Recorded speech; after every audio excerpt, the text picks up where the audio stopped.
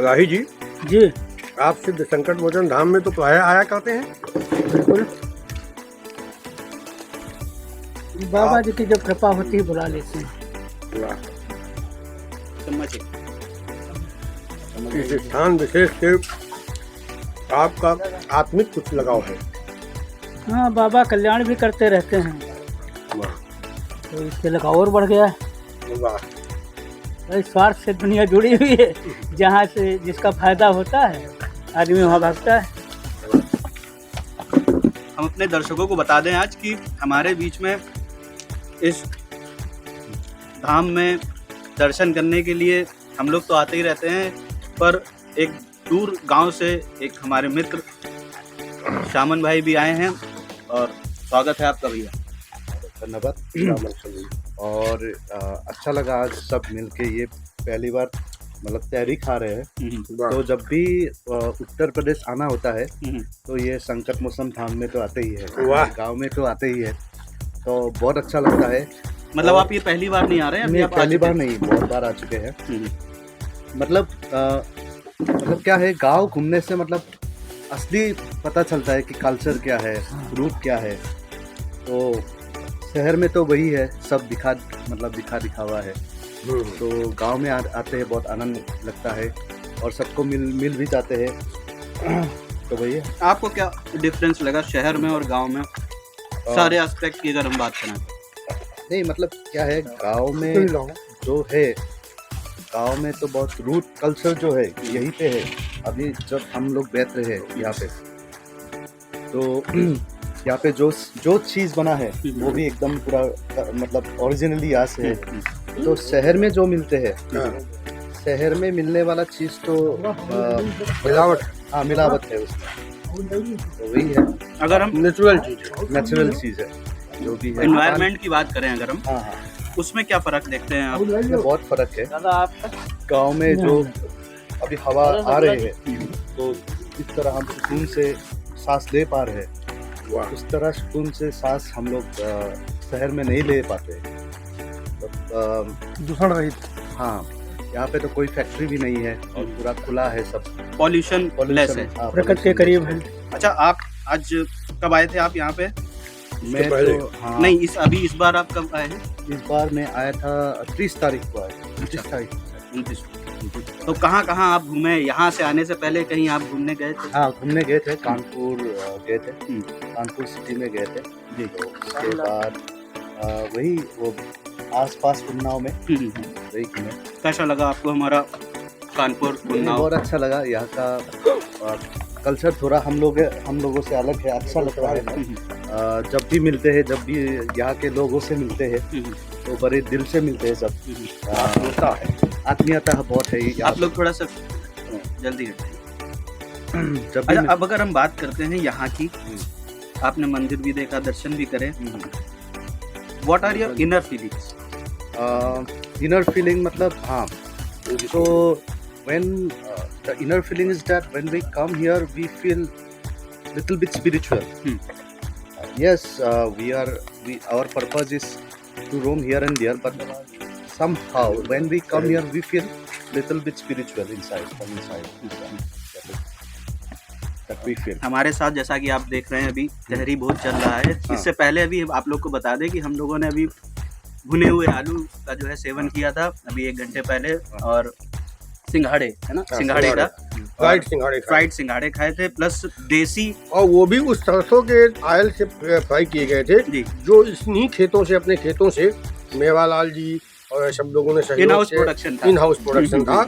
Outside कोई भी ऐसी आउटसाइड चीज नहीं थी। यहाँ पे जो भी सब्जियाँ आप देख रहे हैं यहीं की उगाई हुई, तो लौकी की सब्जी लाए हैं। तो इस तरह के यहाँ का मतलब शुद्ध नेचुरल यहीं खेतों का ही उगाया हुआ है, कि मार्केट से नहीं लाया गया है, प्रोडक्शन सेंटर से ही वो कंज्यूम किया जा रहा है। अच्छा, हमारे साथ यहाँ लोकल भी रहते हैं, दादा हैं बगल में। दादा नमस्ते। मैं थोड़ा जानना चाह रहा हूँ इस एरिया के बारे में, शहर, इस गांव के बारे में थोड़ा सा आप बताएं हमारे दर्शकों को कि क्या है पृष्ठभूमि, इसकी जो पुरानी पृष्ठभूमि है वो किस तरह की? यहाँ बहुत अच्छी है जी, और सब लोग आपस में मिलजुल करके यहाँ पर सब रहते हैं। थोड़ा तेज बोलें। हाँ रहते थे।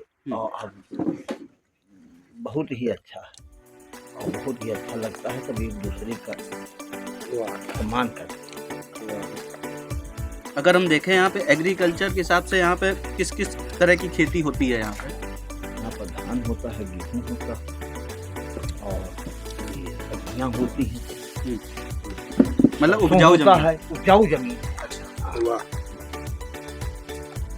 हर बार की तरह हमारे साथ आपको हमारे जैसे इन हाउस आपने देखा कि सारी चीजें सब्जी हो गई, तेल हो गया, सब यहीं पे है। सब यहीं। हमारे एक इन्हीं खेतों इन्हीं खेतों की है। हाँ, कहीं दूसरी जगह। वैसे ही हमारे एक इन हाउस कवि भी हैं और प्रख्यात कवि हैं राही जी, वो भी आज हमारे साथ हैं। वाह, राकेश भाई। अब मैं कमान अपनी उनको सौंपता हूँ। राही जी कुछ बताएं। कविता सुनाइए। आज हम लोग संकट मोचन हनुमान जो बड़ेरी गांव के बाहर स्थित वहाँ पर आए हुए हैं और हमारे विनय शंकर दीक्षित जी जो स्वयं भी हास्य व्यंग के राष्ट्रीय कवि हैं वो भी मौजूद हैं यहाँ पे। उनके बड़े भैया श्री उदय शंकर दीक्षित जी साथ में आए हुए हैं। हम लोग सभी बड़ी मात्रा में आए हैं। हमारे राजू शुक्ला जी, सौरभ पांडे जी, राहुल राम द्विवेदी जी साथ में हैं। तो हम ये कहना चाहेंगे पड़ेरी गांव की जो पृष्ठभूमि पूछी इन्होंने राहुल राम जी ने शुक्ला जी से, तो शुक्ला जी ये बताइए पड़ेरी गांव किसने बसाया था और कितने वर्ष पहले बसा हुआ है ये, इसके बारे में कुछ प्रकाश डालिए। अब इसका इतिहास तो नहीं, इसके बारे इसका एक आल्हा भी छपा हुआ है, हमने देखा सुना था। कुछ जो है अति प्राचीन है, अति प्राचीन है। और मान्यता ये है कन्नौज के जो जयचंद थे उनके यहाँ के कुछ मंत्री लोग जैसे थे या सैनिक जो भी कहो, उन्होंने आकर ये बसाया था। 3 भाइयों का था पांडे परिवार। 3 भाइयों में पांडे पर 3 थे। एक हाँ, तो वो जानना पढ़ई चाहते हैं, कला, उसके बारे में जरा बताइए। एक तो पढ़ई कला पढ़ई खुद नहीं। अर्क लोग हियाँ रहे, अर्क लोग रहे, उनके स्थान है, ये 3 स्थान यहाँ है और बालेश्वरी का मंदिर है, सब ये अर्क लोगों का था।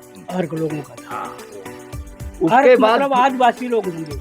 अब अर्क लोग जो भी हों, लेकिन अर्कों का नाम सुनते हैं। उसके बाद ये पांडे लोग रहे यहाँ के जमींदार, तो 3 थे। तो एक जो बड़े थे वो पड़ीकला है, अच्छा, और जो छोटे थे वो पड़ी खुर्द है, हाँ हाँ, और जो मंझिले थे हाँ। वो नेवलना है।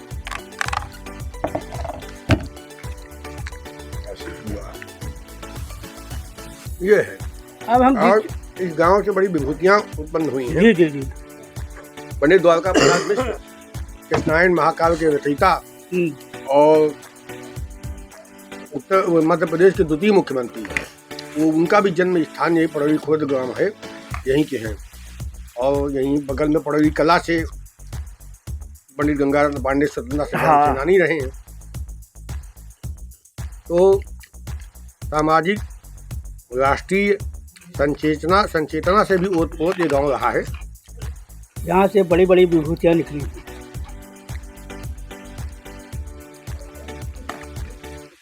मैं राही जी से निवेदन करना लेकिन चाहूंगा। दीक्षित परिवार का जो है जी जी सम्मान जो है, जी, तीनों गांव के जितने भी प्रमुख लोग होते थे जी, वो इनके यहाँ पर आकर के इनका बहुत सम्मान करते थे। इन लोगों का सम्मानित परिवार। हाँ, सम्मानित परिवार। जी, ये आज से नहीं, पुराना। हम लोग जब पिछली बार आए थे तो हमने आपको मंदिर के दर्शन कराए थे, प्लस मंदिर का जो पृष्ठभूमि पीछे की क्या रही है वो सारी चीज़ें हमने आपको बताई थी।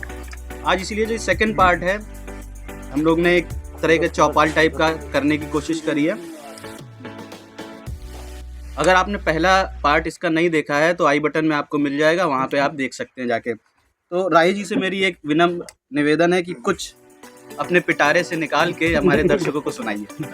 वाह, एक मुक्तक आप सभी के सामने रख रहे हैं। स्वागत है। ज़रूरत, जब जैसी ज़रूरत लोगों के पास आती है वो उस काम के लिए आगे बढ़ जाते हैं।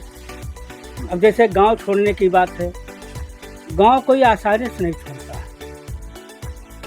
जब घर की परिस्थितियां अनुकूल होती हैं तब आदमी जो है बाहर शहर की तरफ भागता है।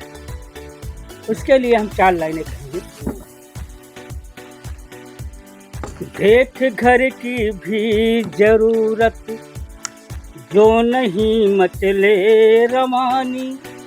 वाह, देख घर की भी जरूरत, जो नहीं मचले रवानी। ख्वाहिशे घर हो, ख्वाहिशे घर हो घुटन, तो किस काम आएगी जवानी। ख्वाहिशे घर हो घुटन, किस काम आएगी जवानी। बोझ जब जीवन बने अपने, दिखे बन के पराए। बोझ जब जीवन बने अपने, दिखे बन के पराए। तब पसीने को बहारा ही लिखो नूतन कहानी। तब पसीने को बहारा ही लिखो नूतन कहानी। तो घर की ज़रूरत ही आदमी को निखारती है। और दूसरी बात संगम की है, वो भी मुक्तक ही 4 लाइनों का। कोई नहीं आजकल जग में जिसके पास न गम होते हैं। कोई नहीं आजकल जग में वाह, जिसके पास न गम होते हैं। वाह, एक दूजे के पूछ के आंसू, अपने भी दुख कम होते हैं। एक दूजे के पूछ के आंसू, अपने भी दुख कम होते हैं। लाचारी मजबूरी दुखड़े, सभी समय के फेर हैं। लाचारी मजबूरी दुखड़े, सभी समय के फेर हैं। हमदर्दी में अपनेपन से भावों के संगम होते हैं। हमदर्दी में अपनेपन से भावों के संगम होते हैं। वाह, अगर कोई परेशानी में है तो उसे प्रेम से, हमदर्दी भाव से अगर कुछ मीठे बोल दो तो उसका आधा दुख दूर हो जाता है, कम हो जाता है। वाह, ये चीज़ हमने इस बात अपने मुक्तक में कहना चाहा हूँ। अब देखिए, कुछ लोग हैं जो समझते हैं कि हमारा ही दुख सबसे बड़ा दुख है, जबकि जो आजकल हर आदमी दुखी है। कुछ लोगों को कहते सुना है कि भाई साहब, हाँ, हमने बचपन से इतने कष्ट झेले हैं, हाँ, इतनी परेशानी झेली है कि अगर हमारी जगह दूसरा होता तो जाने कब ऊपर। मगर वो गलत है। इसके बारे में 4 लाइनें कहेंगे। अंधियारे में जलने वाला हर दीपक सूरज होता है। अंधियारे में जलने वाला हर दीपक सूरज होता है। सुख चाहे जैसा हो लेकिन दुख तो केवल दुख होता है। दुख चाहे जैसा हो लेकिन दुख तो केवल दुख होता है। समय रुका तब कहाँ रुकेगा, राही ये आभास रहे। पीड़ा को कम करने वाला बस अपना संयम होता है। वाह, पीड़ा को कम करने वाला बस अपना संयम होता है।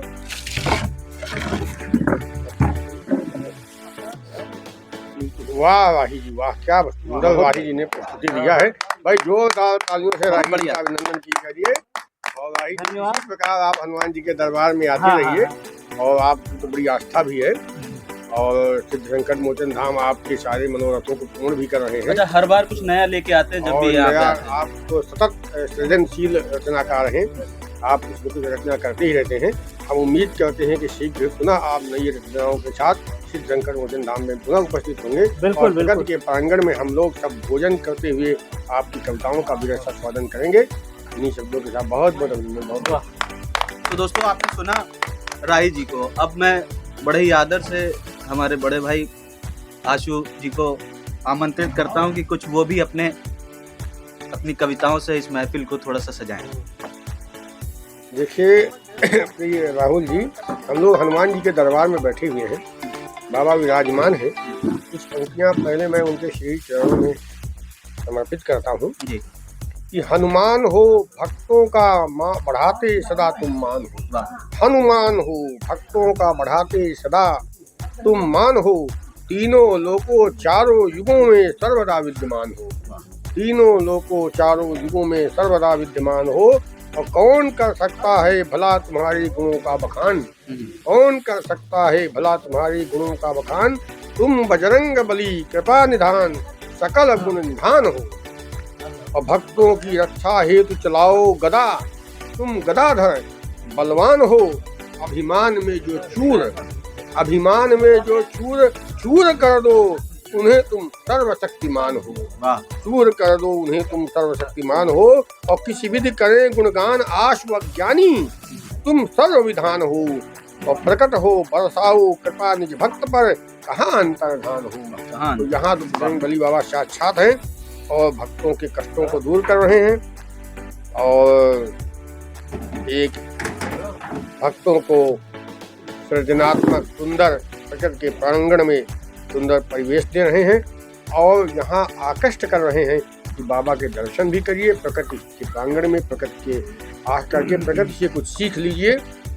और आज हम लोगों ने यहाँ ये तहरी खाई है जिसको हम एक भाषा में खिचड़ी भी कह सकते हैं, क्योंकि इसमें तमाम चीज़ों का मेल है। तमाम प्रकार की सब्जियां मिलाई गई, चावल मिलाया गया। तो एक कविता में मुझे लगता है खिचड़ी से अच्छा शब्द प्रसाद रहेगा। हाँ, प्रसाद है, ये तो बिल्कुल बिल्कुल।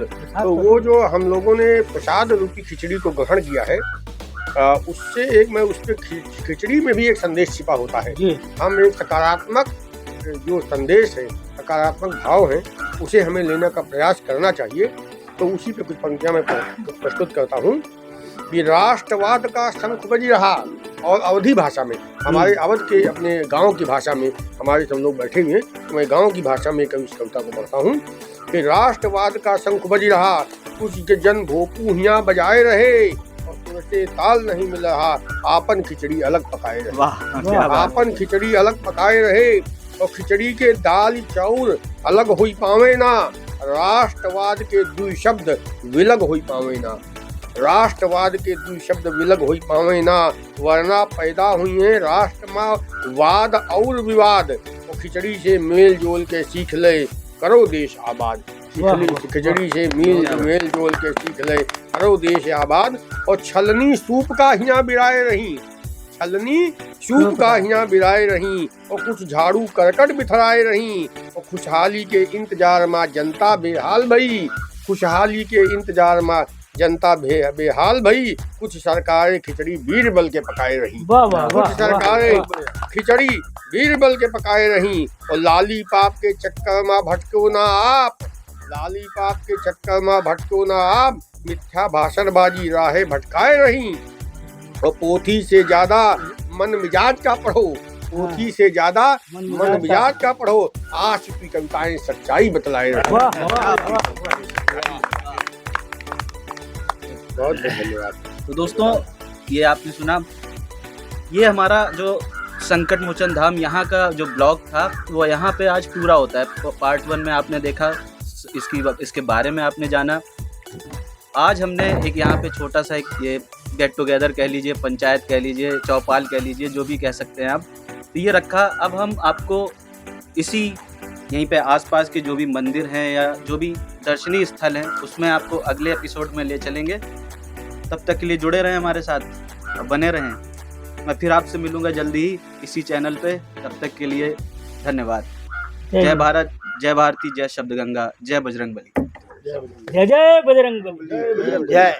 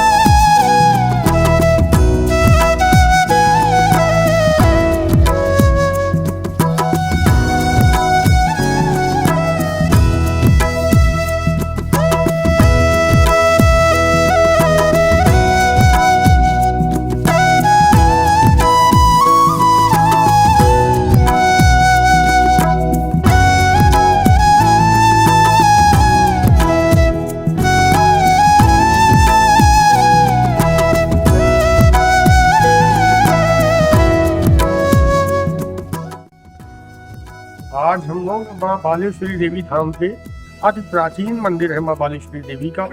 बगल में बालेश्वर बाबा भी विराजमान है।